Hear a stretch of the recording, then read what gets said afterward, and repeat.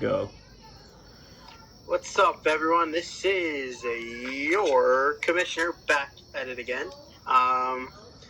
Welcome to what was supposed to be Tuesday's show, but we'll get it out to you on Wednesday here.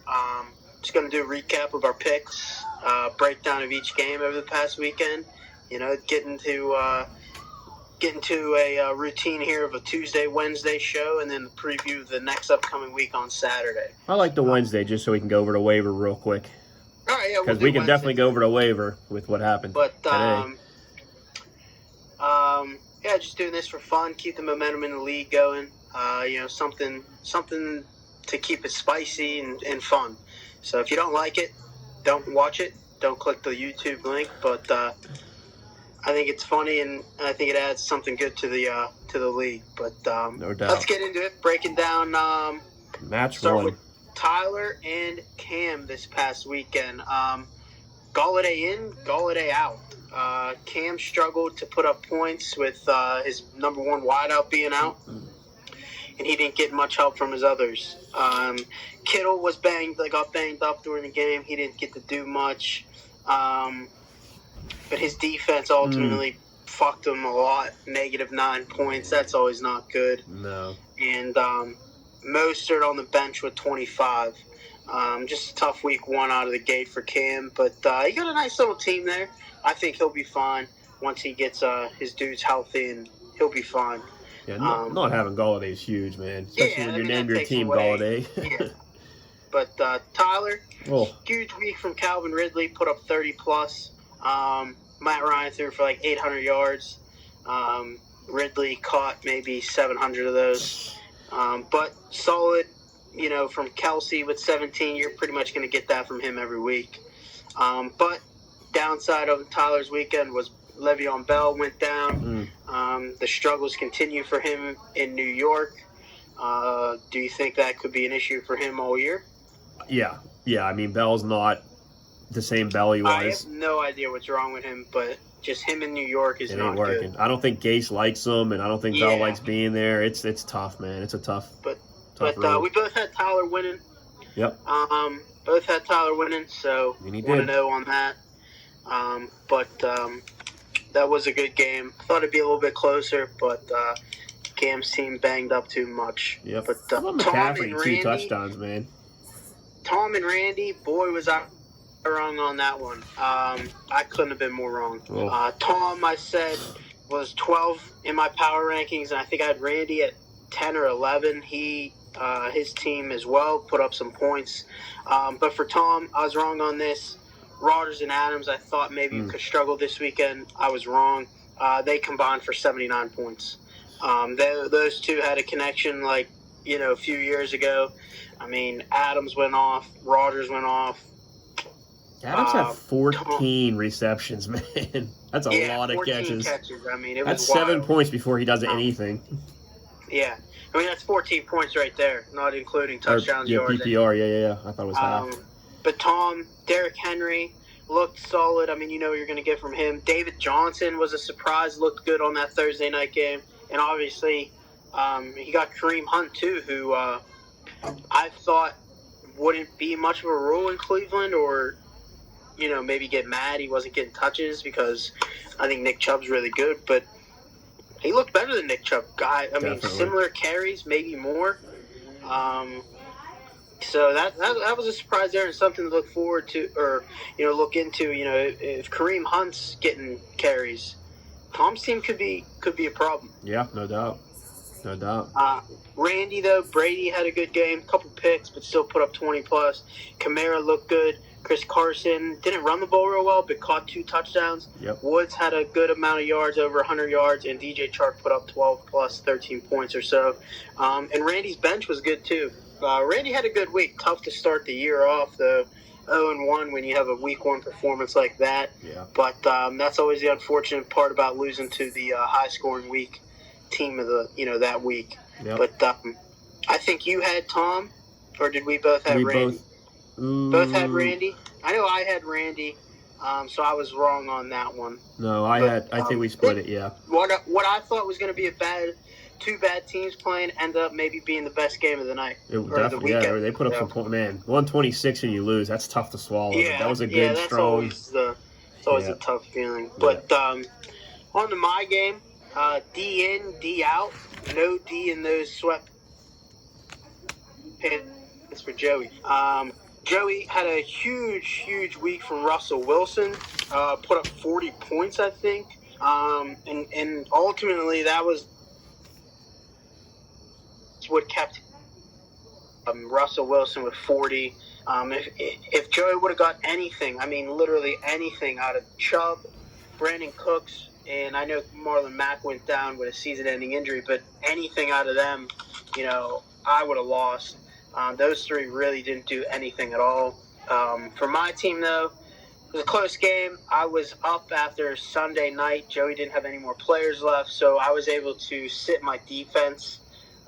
Smart move. Sit my defense, secure the 1-0 start to the week.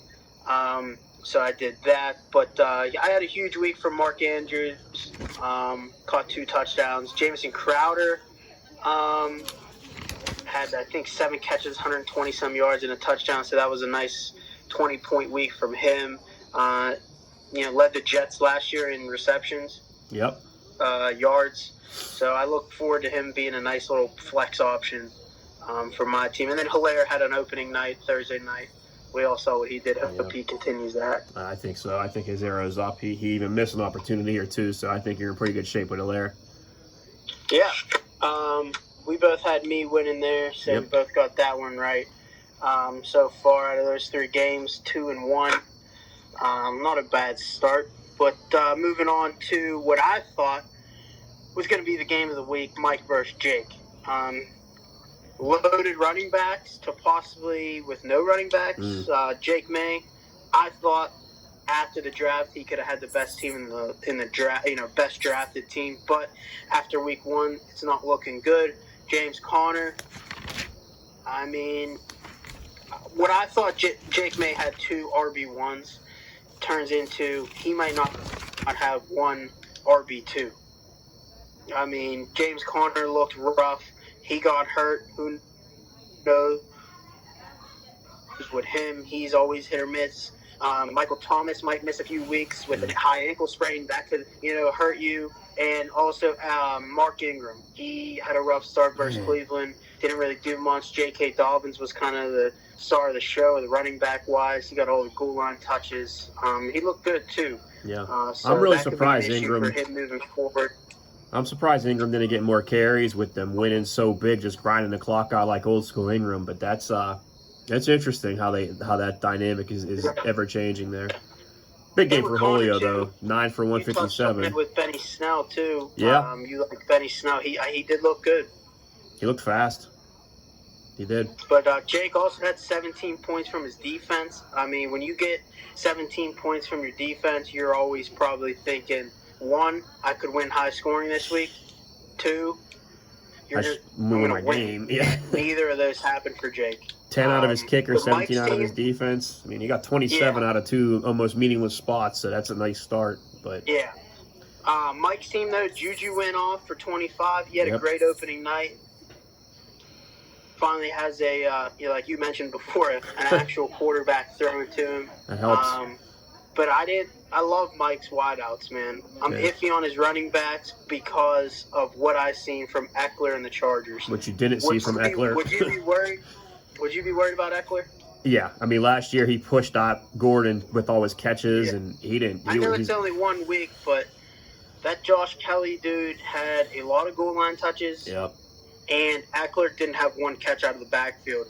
So that's something to keep an eye on. But I still like Mike's team a lot, led by Mahomes. I mean, he's going to be tough to bring down every week. Yeah. But Jake May, I'm worried for his team. I mean, it could, for fantasy-wise, you don't want to fall down 1-3, 0-3. You don't want to be fighting back to 500 football early on. So you want to get that momentum going. But for Jake, it could be rough here. Yeah, so losing Thomas, man, that's a first-round pick. On to you versus Chief. Make America changed their lineups. Huh. Chief forgot to, I don't know if he forgot or wasn't able to, but was unable to swap out Miles Sanders in time to throw in Peyton Barber, I think. Yep, Peyton Barber would have won it for him. Peyton Barber's in there as his RB1. He wins. He Yep. would have won the game.